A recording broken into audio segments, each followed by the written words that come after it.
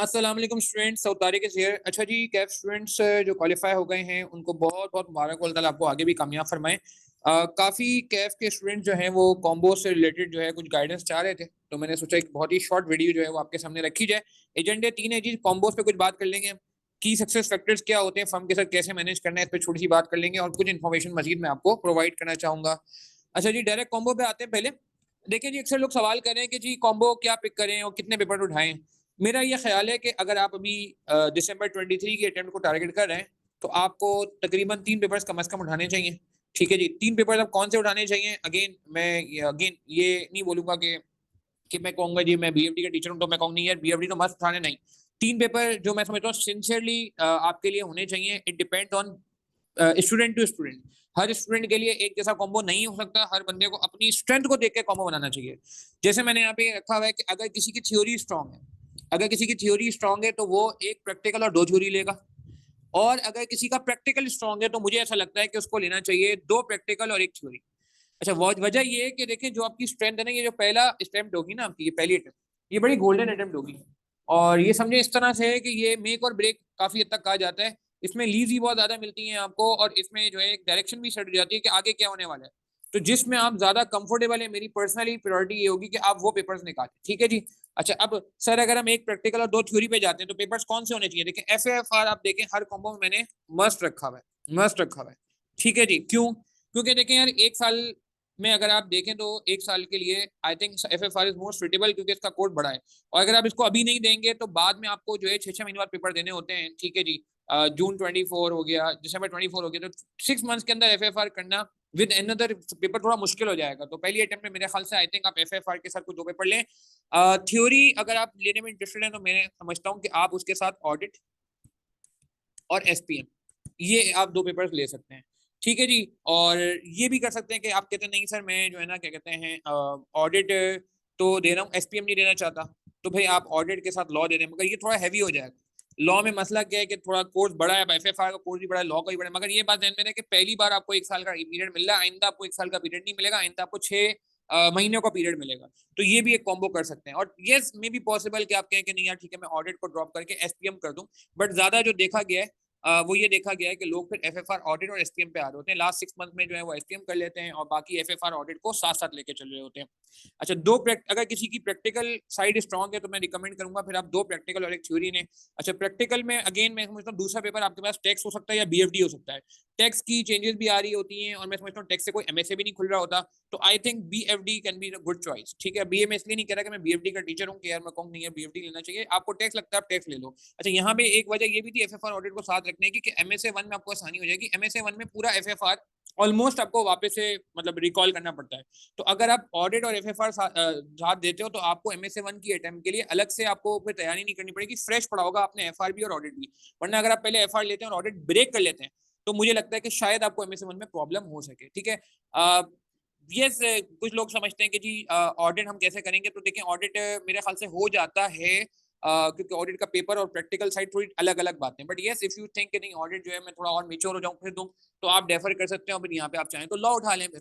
ठीक है, बट खैर coming back to the point, अब 2 प्रैक्टिकल 1 थ्योरी, तो फिर आपके पास एफएफआर बीएफडी, और मैं समझता हूँ थ्योरी में आपके पास ऑडिट बन सकता है और थ्योरी में आपके पास एसपीएम भी बन सकता है। डिपेंड्स कि आप कंफर्टेबल किस में। अगर आप बहुत ज्यादा बर्डन ले रहे हैं कि एफएफआर और बीएफडी का, तो फिर आप मैं कहूंगा कि एसपीएम ले लें, छोटा पेपर है। और अगर आप कहते हैं नहीं यार मैनेज हो सकता है, कोई सी बात नहीं है, तो आप ऑडिट भी जो है वो उठा सकते हैं एफएफआर के साथ। अच्छा, अगर आप कहते हैं कि नहीं यार मैं जो है ना 2 प्रैक्टिकल ये क्या कहते हैं कोई 2 पेपर लेना चाहता हूँ, लेट से एक प्रैक्टिकल और एक थ्योरी लेना चाहता हूँ, तो उसमें फिर आपके पास मेरे ख्याल से एफएफआर और एसपीएम का कॉम्बो बन सकता है।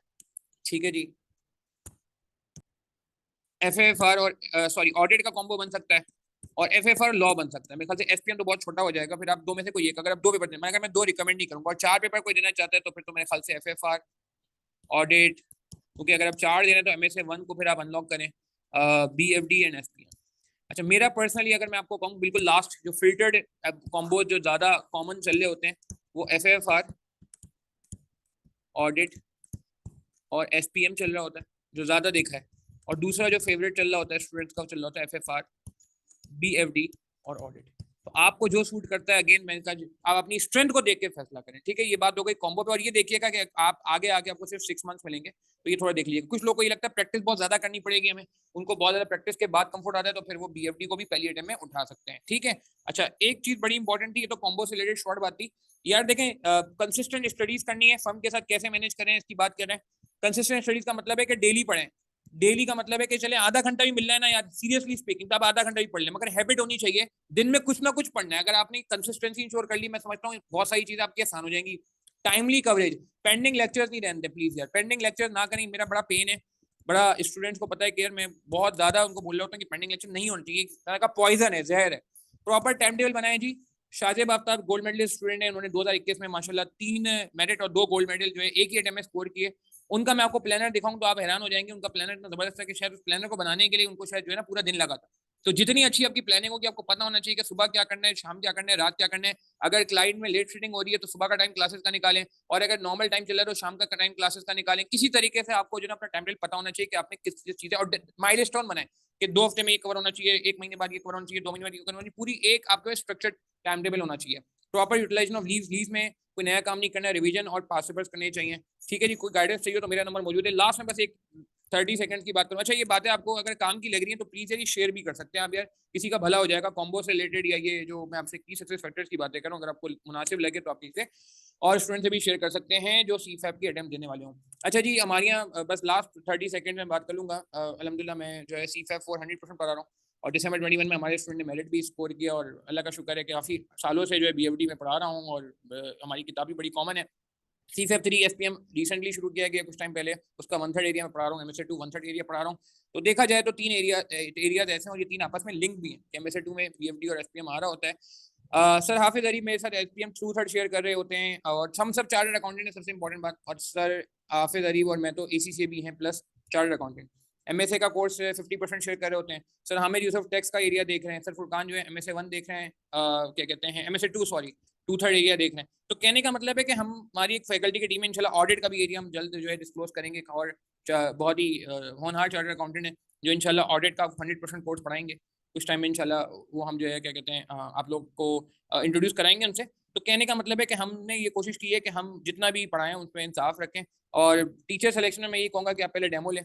आपको लगता है कि हाँ यार चीज़ें हैं तो आप डेमो ले लें, और उनसे फीडबैक ज़रूर लें, स्टूडेंट से जो ऑलरेडी पढ़ चुके हैं, ताकि जो है ना आपको डिसीजन लेने में आसानी हो। ठीक है जी, चलें यार, बेस्ट ऑफ लक, अल्लाह ताला सबको कामयाब फरमाए। आमीन सुम्मा आमीन।